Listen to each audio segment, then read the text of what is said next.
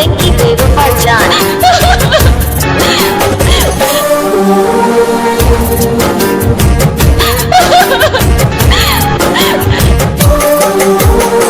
पिंकी बेवफा जान।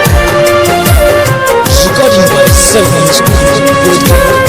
Music by Shams Jamil. प्यार तोहरा से कई काहे धोखा दे गई।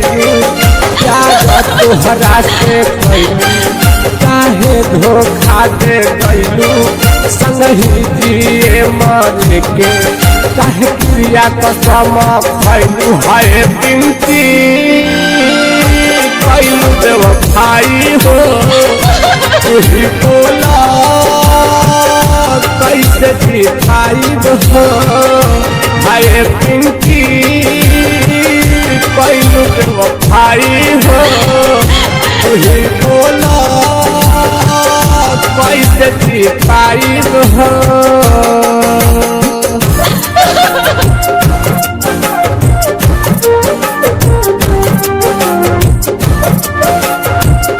पिंकी बेवफा जान।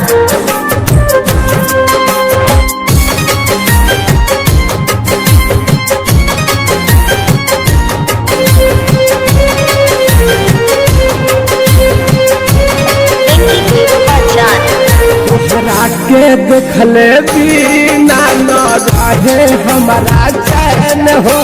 याद करे के तोहरा के हतम रोवेला नयान हो।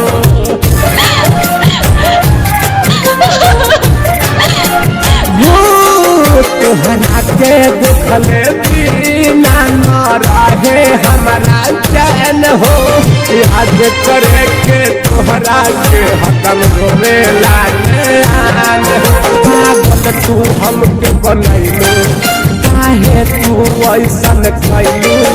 पागल तू हमके बनैलू काहे तू ऐसन कैलू। हाय पिंकी कैलू बेवफाई हो। तुझे बोला कैसे दिखाई हो। हाय पिंकी कैलू बेवफाई हो। तुझे बोला कैसे दिखाई हो। पिंकी बेवफा जान। पिंकी बेवफा जान।